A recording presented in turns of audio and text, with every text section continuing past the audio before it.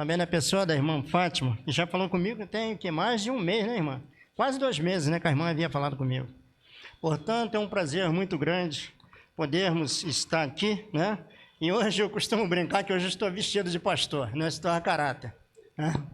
E quando nós estávamos ali sentados, né, eu não posso deixar de falar, né?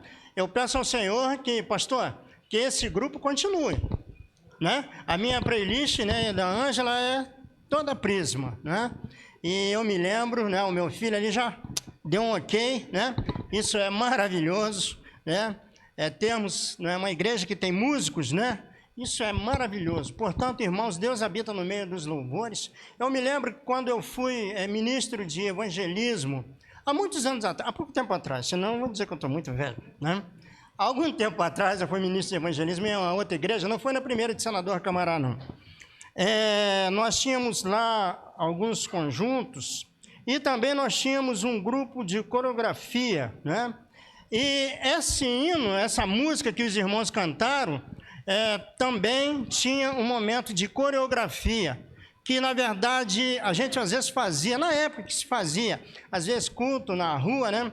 E nós fechávamos praticamente uma parte da rua todinha e tinha ali um grupo coreográfico que era maravilhoso, irmãos, né? Nós podíamos sentir o poder de Deus através da letra, através da música, né? Que Deus possa estar abençoando os irmãos, ficou muito bonito mesmo, né? Eu peço ao Senhor que esse grupo continue, pastor, né? Estou me dirigindo direto ao pastor, né? O pastor vai cobrar vocês. Portanto, irmãos, é maravilhoso nós podermos falar sobre aquilo que nós servimos também, continuamos servindo, né? Diácono, na verdade, é servo, né? Vem de uma palavra grega, significa servo. E nós vemos que, na verdade, toda a igreja, né, precisa de ter a característica de um diácono, né? Somos servos, precisamos de estarmos sempre aptos a servir ao Senhor. Com toda alegria, com todo entusiasmo, né? Servir ao Senhor não é servir com sentimento de tristeza, não. Já pensou se o irmão Dalton vem aqui para frente, começa a dirigir um culto, né? Chorando, né? Então o culto não vai ser muito bom, não, irmãos. Mas quando aquela pessoa está na frente da organização, ele precisa de mostrar que o seu coração está totalmente transbordante. E o trabalho do Senhor precisa de ser dessa forma. Nós cantamos no serviço do meu rei, eu sou feliz. Já pensou se nós cantamos no serviço do meu rei, eu sou feliz, de cara feia, né? Não vai ficar nada, nem um pouquinho legal. Precisamos de estarmos a cada dia suaves, né? Diante de Deus, porque Ele quer o melhor do nosso coração. E eu me lembro, né, quando nós hoje está completando, quantos anos, irmã Fátima? 48, né? Quase a minha idade. Portanto, irmãos, eu fui consagrado no corpo diaconal, foi no dia 22/10/94, acho que tem 30 anos, vai fazer 30 anos, né, que aconteceu isso na minha vida, foi uma bênção. E continua sendo uma bênção, quando nós temos o privilégio de servir ao Senhor. Nesse momento nós estaremos lendo a palavra do Senhor, que se encontra lá em Atos capítulo 6, do versículo 1 até o versículo 7. Eu estarei lendo o primeiro versículo e sucessivamente a igreja. Diz assim: naqueles dias, crescendo o número de discípulos, os judeus de fala grega murmuravam contra os judeus. Todos.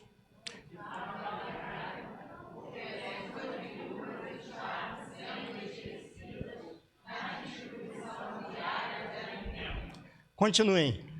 Por isso, os 12 reuniram todos os discípulos e disseram: não é certo negligenciarmos o ministério da palavra de Deus, a fim de servir as deuses. Irmãos, escolha entre vocês 7 homens de bom testemunho, cheios do espírito e de sabedoria, os encarregaremos desta tarefa. Assim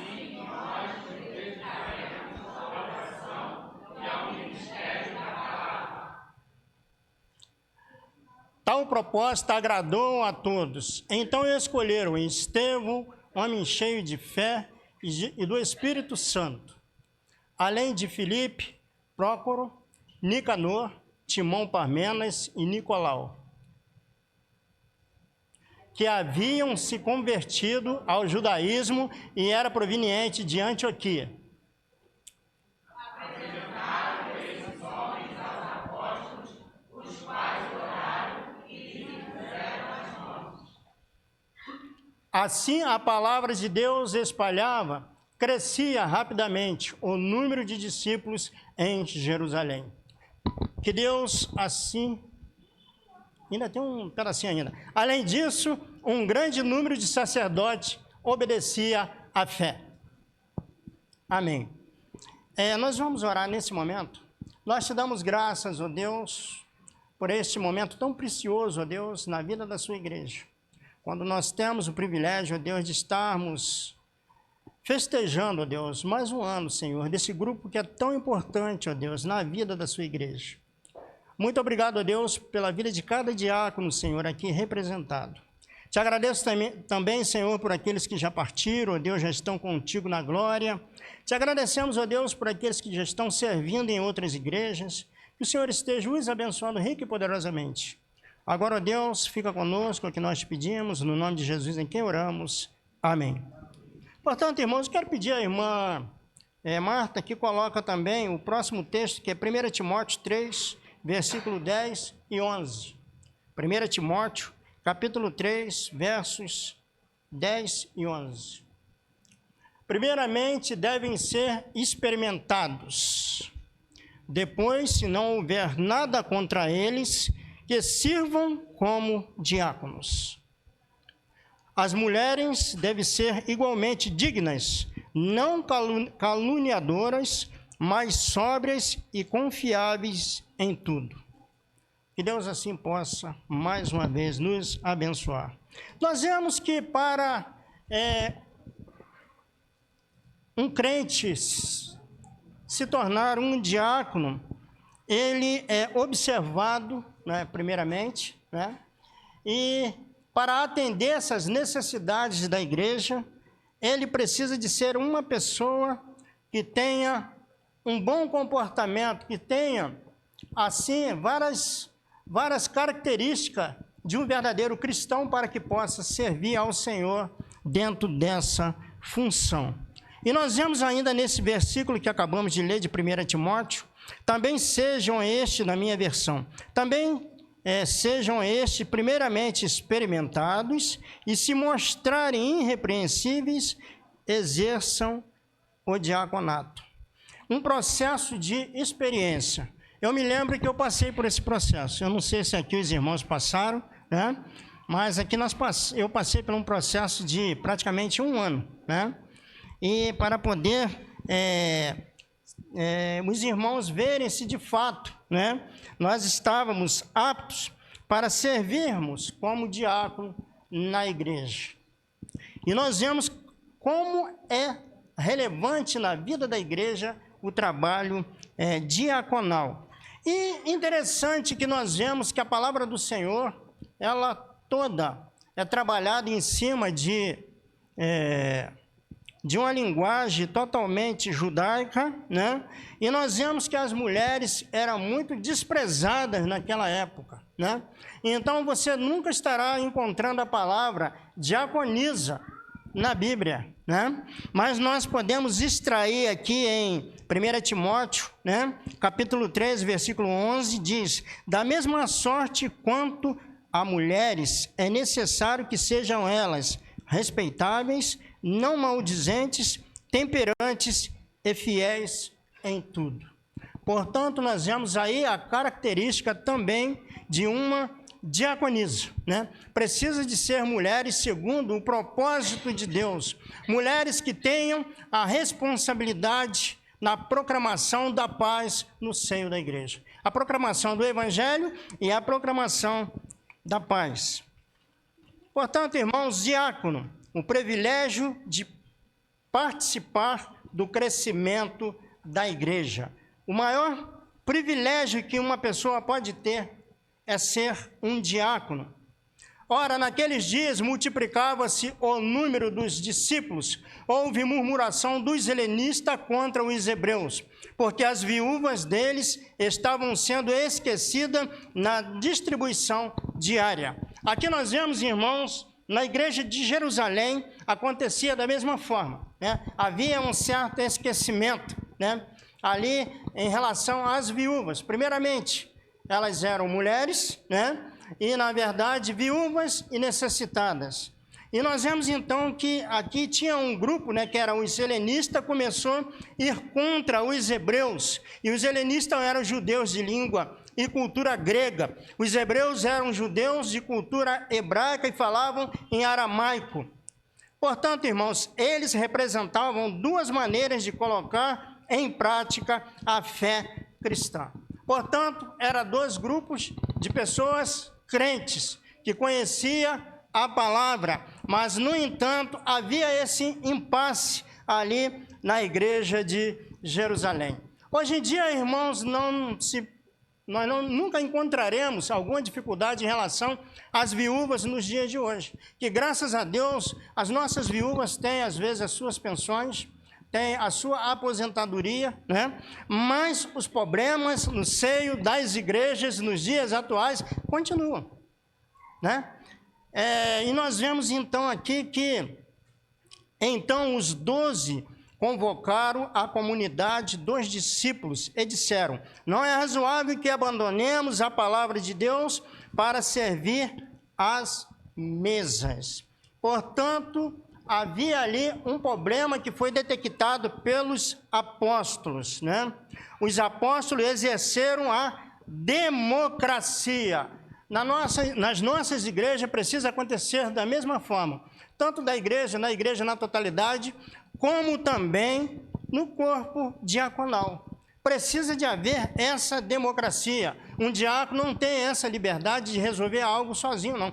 Ah, mas eu sou o presidente do corpo diaconal. Mas não tem que ser levado para o grupo, para assim conversar, orar, né? E esperar no Senhor um meio para que possa assim trabalhar aquele problema, né? E nós vemos que os apóstolos, os pastores daquela época da igreja de Jerusalém, nos deixa esse legado. Eles reuniram os 12, né? Reuniram os 12, né? E eles foram ali conversar com a igreja, foram conversar ali com os discípulos de Jesus, um grande exemplo a ser seguido. Os diáconos precisam estar unidos, resolver qualquer problema com o conhecimento de todos. De todos. Eu queria que os irmãos entendessem essa palavra como um conselho daquele que é diácono também. Porque nós aprendemos que uma vez diácono, diácono para sempre. Está falando aqui hoje não o pastor Isaías, mas o diácono Isaías, né? Que nós vemos que a palavra do Senhor nos mostra que teve alguns ali que se destacaram mais. Um deles foi Estevão e o outro qual foi? Nas lições da Escola Bíblica Dominical eu tenho falado sobre ele. Quem é? Filipe, olha, Filipe, né? E o pastor Isaac, ele costumava, já está na glória, né? Foi o pastor que me levou ao ministério diaconal. Ele costumava dizer que eu era como Filipe, né? Que eu tinha o cargo de diácono, mas era um diácono pregador, né? Então, ele brincava comigo dessa forma. Então, o diácono precisa de buscar, né, sabedoria no Senhor para poder se posicionar diante, né, das dificuldades, né, das dificuldades que surgirem na igreja. O diácono precisa de ser aquele que é o promotor da paz, né? De repente, existem aquelas pessoas que dizem: eu não vou com a cara de fulano. É humano acontecer até isso. Mas, irmãos, por experiência própria, quando você não for com a cara de alguém, que é muito difícil, né? Eu tenho que ir com a minha cara, não com a cara de alguém. Quando você não for com a cara de alguém, lute contra isso e procure mais aquela pessoa, que a sua vida será abençoada. Olha, irmãos, trabalhar, às vezes, com muitas pessoas que têm um temperamento forte é muito difícil. E acontece isso na igreja. O que aconteceu lá entre os helenistas e os hebreus, né? Eram dois grupos que ambos serviam ao Senhor, mas tiveram dificuldade, né? E nós vemos que nós precisamos de estarmos unidos em um só propósito, na promoção do reino de Deus, mas nós precisamos de reconhecer que somos diferentes um dos outros. Então, quando surge, né, aquela situação de não ir com a cara de alguém, nós precisamos de lutar contra isso. Lutar contra isso mesmo e dizer o seguinte: será que se Jesus estivesse no meu lugar, ele agiria dessa forma? Ele não iria com a cara de fulano de tal? O que Jesus falou, que nós precisamos de orar por aqueles que nos perseguem. Se você se sente perseguido por alguém, mesmo na igreja, ore por ele, procure ele. E olha que um dia eu encontrei uma pessoa que tinha um temperamento muito forte, né? Aí eu comecei a conquistar aquela pessoa, né? E graças ao Senhor eu consegui. Chegou a ponto daquela pessoa deitar a cabeça no meu ombro, né? E era uma pessoa que tinha um temperamento muito impulsivo, né? Portanto, irmãos, fica aqui um conselho para este grupo diaconal da Igreja Batista da Água Branca, né? Devemos estarmos a cada dia promovendo a harmonia no seio da igreja. Não existe esse tipo de impasse um contra o outro. Todos estamos juntos aqui na expectativa da volta do Senhor Jesus Cristo. Nós não sabemos quando Ele há de voltar, mas nós precisamos de estarmos a cada dia fazendo o seu serviço. Somos servos, promovendo assim o seu reino aqui na terra.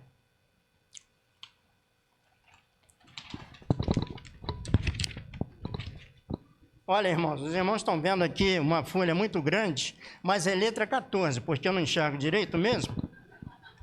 Tá? É letra 14. Então, podem estar tranquilos que eu já vou terminar daqui a pouco. Portanto, aqui fala sobre 3 mesas, né? Lá na parte B, que nós acabamos de ler, né? Portanto, no capítulo 2, né? O capítulo 2 fala-se sobre 3 tipos de mesa, as mesas, ou melhor, tá? No plural, não está no singular, não é a mesa, mas as mesas. Quais são as mesas que devem ser trabalhadas na igreja? Os irmãos estão lembrados? Quantas mesas são? Quais são elas? Já falei, são 3, né? A primeira mesa é qual? Qual a mesa? Do pastor. E qual a terceira? Da viúva e dos órfãos. Não, nós poderíamos colocar numa certa ordem. A primeira mesa, a mesa do Senhor. Primeiramente, Deus, né? Depois, a mesa das viúvas, que nós poderíamos colocar no lugar de viúvas, dos necessitados. Porque muitas viúvas hoje, elas estão abençoando, né? Quase que elas não precisam de receber uma ajuda social, mas elas podem abençoar a vida de alguém. Portanto, os necessitados. E a mesa também, qual é a terceira? A mesa do pastor. Quando eu falar mesa do pastor, eu gostaria que os irmãos não lembrassem do pastor Joani, eu gostaria que os irmãos não lembrassem do pastor Isaías, eu gostaria que os irmãos não lembrassem do pastor César. Porque nesse momento, como diácono, eu tenho que falar aqui sobre o pastor que está em eminência, o pastor atuante, o pastor militante nesta igreja. Quem é ele? Quem é ele? Pastor Denilson. Denilson Cavalheiro, que nome bonito, hein? Bonito, né? Cavalheiro. Portanto, irmãos, vamos aqui falar um pouquinho sobre essas mesas. Mesa do Senhor exige dedicação em tudo. Tudo que é para Deus deve ter total dedicação, cuidado, zelo, esmero. Por mais que às vezes vá contra eu mesmo, mas se é para Deus, tem que ser da melhor maneira. A irmã Marta vai estar colocando Êxodo capítulo 37, versículo 1 e 2. Né? Lá no Antigo Testamento, quando Deus convoca ali aqueles homens para confeccionar a arca do Senhor. Não foi feito de qualquer maneira não, irmãos. A arca foi feita da melhor maneira possível. Eu não estou falando aqui para quando você for fazer alguma coisa para a casa do Senhor, você fazer de ouro, porque hoje em dia, né, é um metal muito precioso e é muito caro, né? Mas Deus não está querendo, né, tanto esforço. O maior esforço Ele fez por nós na cruz do Calvário. O maior sacrifício Ele fez por nós. Mas para Deus tem que ser o melhor. Qual é o nosso ouro? Qual é o seu ouro que você está aqui? Você que está aqui. Sabe qual pode ser o seu ouro? O seu tempo. O tempo que você para conversar com Deus é o seu ouro. O tempo que você lê a Bíblia é o seu ouro. Dedique para o Senhor. Diáconos, leia a palavra do Senhor, medite. É o seu ouro. Através da leitura, através da meditação, quando vier as dificuldades, quando vier os helenistas, quando vier os hebreus, você terá meio para poder trabalhar qualquer problema. Bezalel fez a arca de madeira, de acácia, com 2,5 côvados de comprimento por 1,5 côvado de largura e 1,5 côvado de altura. Revestiu de ouro puro por dentro e por fora e fez uma moldura de ouro ao redor. Portanto, um critério vindo de Deus, foi confeccionado com uma madeira muito cara, acácia, e também trabalhado no ouro. Portanto, quando nós vamos fazer alguma coisa para Deus, tem que ser da melhor maneira possível. Entenda isso, diáconos. Entenda isso, diáconos. Fazer algo para Deus é fazer da melhor maneira possível. Eu já ouvi alguém dizer, e depois eu vou perguntar se vocês já ouviram essa palavra, né? Eu acabei de fazer isso, eu acabei de cantar, de louvar, né? Eu acabei de fazer algo, de evangelizar. Mas para Deus tá bom, tudo para Deus tá bom. Quem aqui já ouviu essa palavra? Tudo para Deus tá bom. Não é dessa forma não, para Deus tem que ser o melhor. Deus quer o melhor de nós. Para tanto, Ele entregou o seu Filho a uma cruz a preço de sangue para nos resgatar. E às vezes nós banalizamos as coisas que podemos fazer melhor para Ele. Qual tem sido o seu ouro? Eu não estou colocando aqui sobre um metal precioso, não. Eu estou querendo colocar aqui para você aquilo que você tem de melhor. Você tem que colocar à disposição, ao trabalho, a serviço do Senhor. E nós vemos ainda que Jesus manda Pedro e João preparar a ceia. Olha, e não mandou somente um não, tá? Não mandou um somente não, mandou 2. Pedro e João. Mandou 2. Sabe por que 2? 2 tem 4 olhos. E um só tem 2 olhos. 4 olhos vê melhor do que 2 olhos. Tem certas coisas que às vezes se eu estiver sozinho, eu tenho uma cosmovisão daquilo ali. Mas se tiver mais 2, mais 3 pessoas, não é assim, irmão José? Vai ter uma visão mais ampla. Vai ver os detalhes que precisam ser vistos. Na confecção da mesa do Senhor, é necessário que mais de um diácono, se aqui tem sido um só que tenha preparado a mesa do Senhor, esteja atento a esse conselho. Passe a trabalhar mais de um. E será muito importante. E nós vemos então Lucas 22, de 7 a 13. Vamos ler esses versículos? Lucas 22, de 7 a 13. Diz assim, eu vou ler o primeiro e os irmãos ler o segundo. Finalmente chegou o dia da festa dos pães, sem fermento, no qual devia ser sacrificado o cordeiro pascual. Jesus enviou Pedro e João, dizendo, vamos preparar a refeição da Páscoa para nós comermos. Onde queres que preparemos? Perguntaram. Ele respondeu, ao entrar na cidade, um homem com um pote de água lhe contará vocês. Sigam até a casa que ele entrar. e digam ao dono da casa: o mestre pergunta: onde é o salão de hóspedes no qual comerei a Páscoa com os meus discípulos?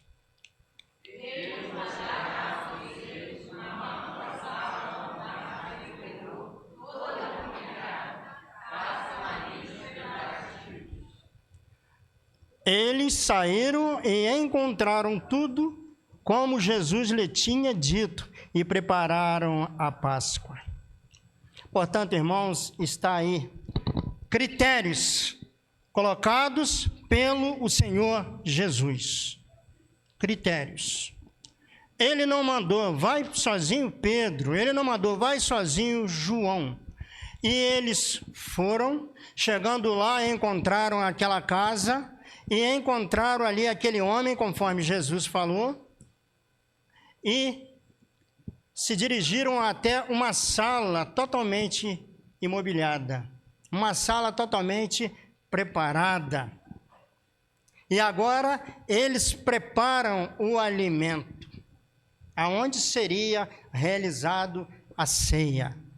Portanto, queridos irmãos, nós vemos aí o cuidado que aqueles dois homens deviam ter tido naquele momento ali. O cuidado que o servo tem quando recebe uma incumbência, né? O carinho, né? Um local limpo, uma sala mobiliada, um local totalmente preparado para que viesse a acontecer aquele momento tão expressivo, né? Na vida daquelas pessoas que estavam diante do Mestre Jesus. Portanto, vocês quando forem preparar a ceia do Senhor, nunca vai um sozinho, porque dois têm uma noção ampla das coisas. Vá três, melhor ainda.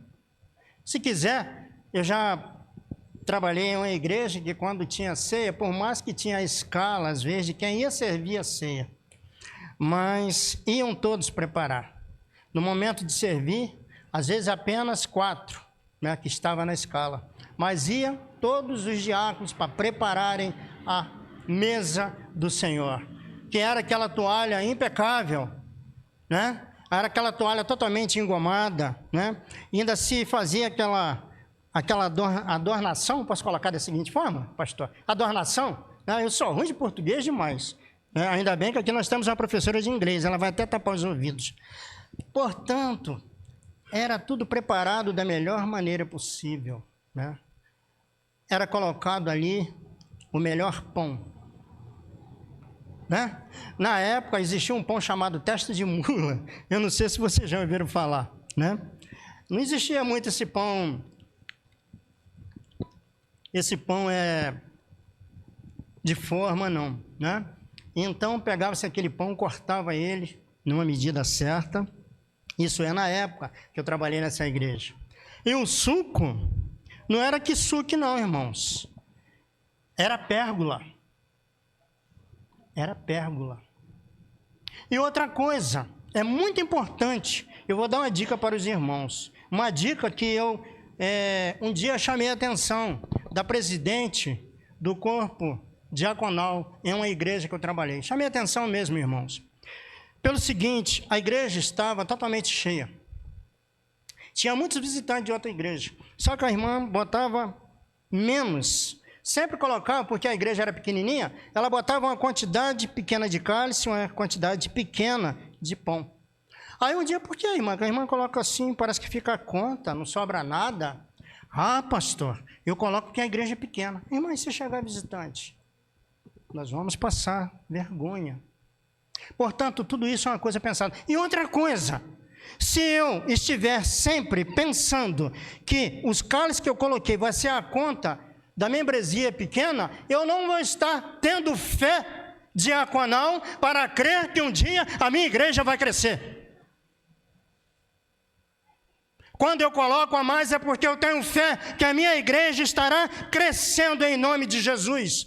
É a fé que deve ser exercitada pelo diácono. É a fé das coisas impossíveis. O diácono precisa de exercitar essa fé. Se ele não exercitar essa fé, está faltando alguma coisa em sua vida. Queridos irmãos, eu não vim aqui hoje, eu recebi essa incumbência, não para massagear ego, mas para dizer, na verdade, o que a palavra de Deus nos diz. Precisamos ser criteriosos com a palavra do Senhor, a mesa do Senhor, como ela é importante. O melhor suco de uva, o melhor pão, um adorno, né, que às vezes é importante. Tem umas folhinhas que vende por aí, irmãos, tipo uva, um pão bolachudo para colocar em cima da mesa, fica maravilhoso. E aqueles que vão se achegando são atraídos pelo o momento solene, o momento em que nós estamos lembrando do sacrifício do Senhor Jesus por nós. E cai na graça de todo o povo. E acrescenta-se o Senhor a cada dia aqueles que vão ser salvos nesta igreja. Nesta igreja, a partir de cada um de nós, nós precisamos de proceder dessa forma, exercitando assim a nossa fé.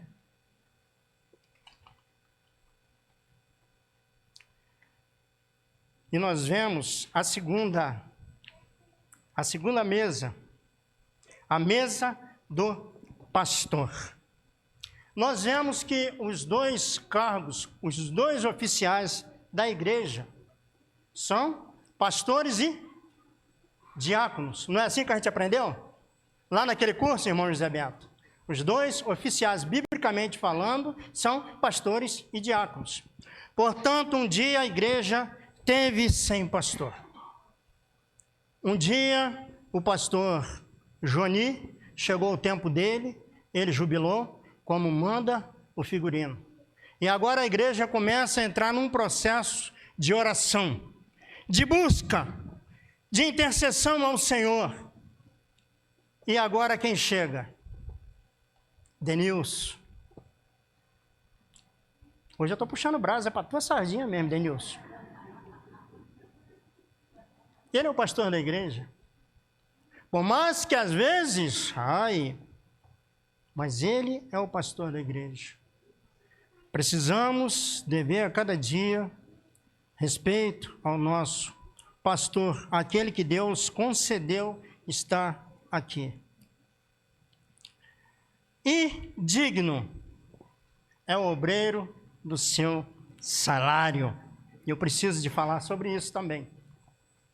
Portanto, irmãos, a igreja orou, chegou-se o pastor, e agora os diáconos são aqueles que precisam saber as dificuldades do seu pastor. É os diáconos que precisam.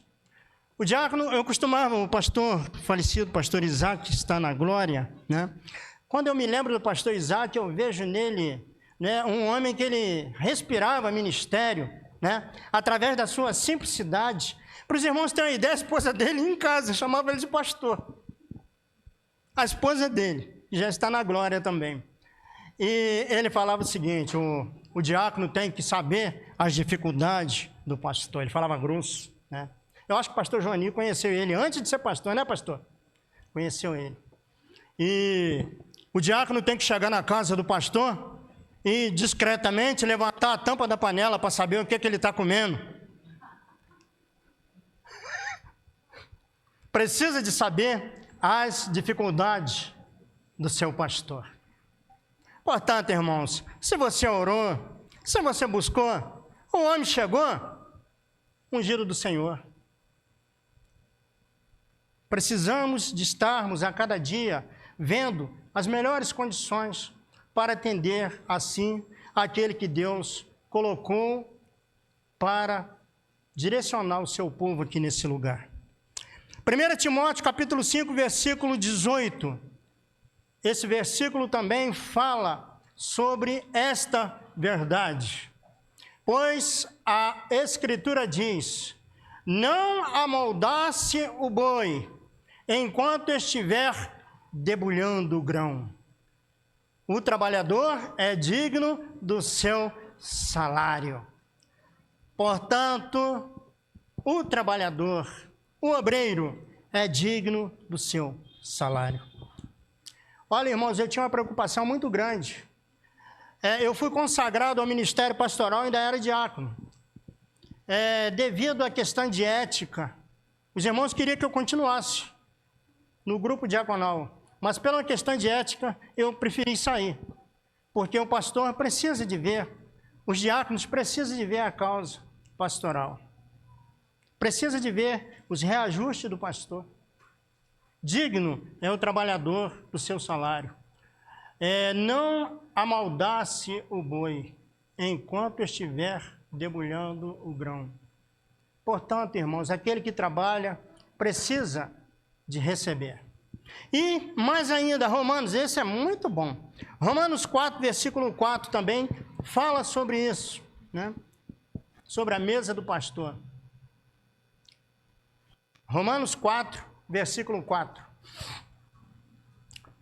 Ora, o salário do homem que trabalha não é considerado como favor, mas como dívida. Muitos pensam que o pastor não precisa de ganhar nada. Muitos acham que não precisa de reajustar. Mas o salário daquele que milita na obra do Senhor não é considerado como um favor que a igreja está prestando, mas uma dívida. Dívida essa que precisa ser paga. Paga da melhor maneira possível. Portanto, essa é a mesa do pastor. Cuide do seu pastor, diáconos. Diaconisas, cuide do seu pastor.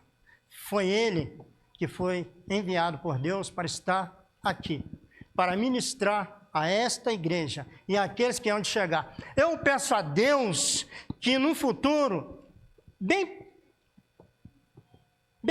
a curto prazo, que vocês, diáconos, não deem conta de todo o trabalho. Por que o pastor está falando isso?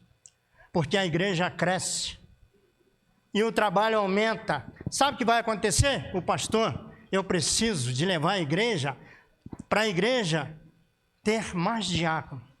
A igreja nos dias de hoje precisa de diáconos. É bíblico.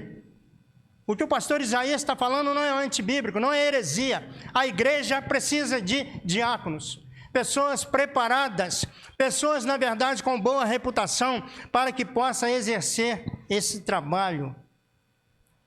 Cuide do seu pastor.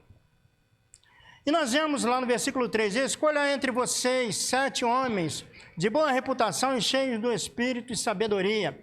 Boa reputação, cheio do Espírito e sabedoria. Boa reputação, tenha um bom testemunho. Eu costumava dizer na minha época, há 30, 20 e poucos anos atrás, né? O pastor falava que ter um bom testemunho é aquela pessoa que, na verdade, aonde ele passa, ninguém fala assim, olha lá, ele está devendo e não paga. Boa reputação é uma pessoa que todos elogiam, dá um bom testemunho. Qual o testemunho que nós temos dado como diácono? Portanto, ali, boa reputação. Cheios do Espírito. Esta frase, eu coloquei, ela é minha mesmo. Cheios do Espírito, se tornar habitação do Senhor. Ser cheio do Espírito é se tornar a habitação do Senhor. Aquele que se torna a habitação do Senhor, o diácono, o crente que se torna a habitação do Senhor, com certeza, a sua igreja se tornará uma bênção, porque ele estará sempre apto para ajudar. Cheio de sabedoria, né? A sabedoria não é deste mundo, mas provém do Senhor. Lá em Tiago está escrito, aquele que tem falta de sabedoria, peça a quem? Peça a Deus. No versículo 4, e quanto a nós consagraremos a oração e o ministério da palavra. Havendo o trabalho dos diáconos, os apóstolos se consagravam mais ao ministério da palavra. Portanto, irmãos, quando os diáconos trabalham na igreja com afinco, fica mais fácil para o pastor preparar os seus sermões, Fica mais fácil para o pastor ter sempre uma palavra que vai de encontro às necessidades da igreja, porque o pastor estará totalmente despreocupado, porque assim esses homens, esses servos estão desempenhando o seu papel. E nós vemos então que no versículo 6, apresentaram-nos perante os apóstolos e este orando lhe impuseram as mãos. Nós vemos que nos dias atuais está tendo aí diáconos eleitos, né? Não sei se vocês já ouviram falar, diáconos eleitos. Eu não sou muito favorável a essa metodologia, não. Eu prefiro mais que o diácono entre num processo de experiência, passe pelo estudo, né? Colocado assim pelo pastor da igreja, e logo a seguir, se ele passar, ele estará exercendo então a função diaconal. Passará então pela uma bancada examinatória e será assim consagrado. E nós vemos aqui no versículo 6 que esses homens foram consagrados, né? Os apóstolos oraram por eles e impuseram sobre as suas cabeças a sua mão. E crescia a palavra de Deus, e em Jerusalém se multiplicava o número dos discípulos. Também muitíssimos sacerdotes obedeciam à fé. Crescia a palavra de Deus e a igreja crescia.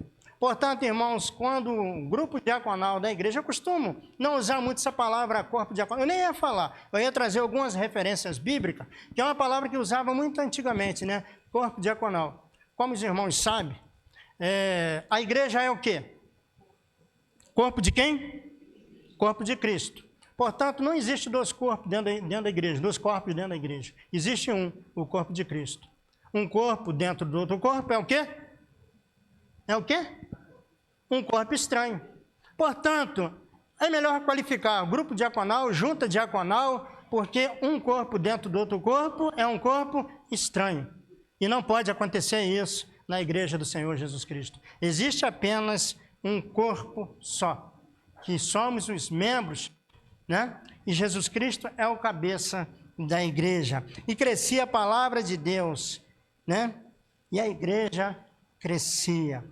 Portanto, irmãos, vamos trabalhar para o Senhor. Diáconos, vamos orar, vamos viver uma vida de oração, vamos buscar mais e mais a presença de Deus. Porque, com certeza, aumentando esta igreja, aumentando o hall de membros dessa igreja, problemas virão.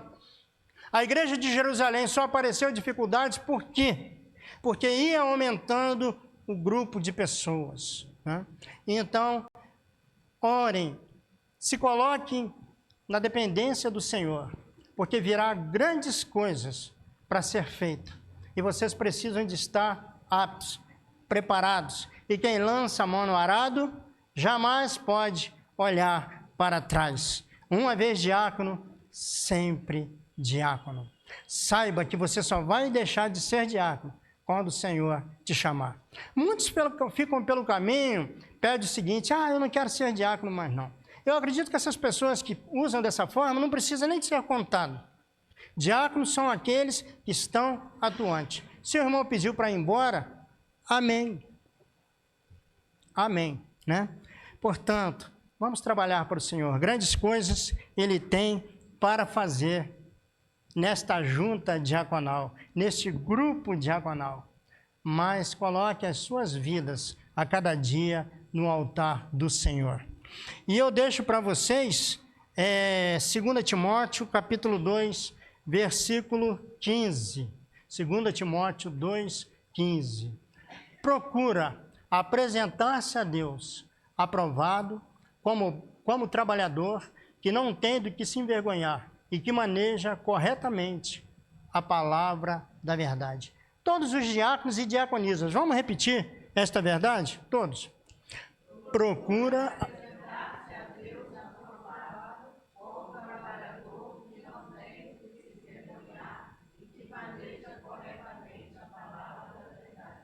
toda a igreja agora, todos nós, procure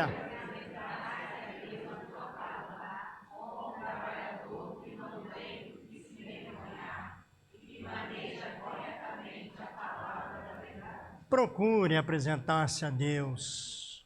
Eu já vi alguém pregando uma vez falando sobre o repórter de Cristo, né?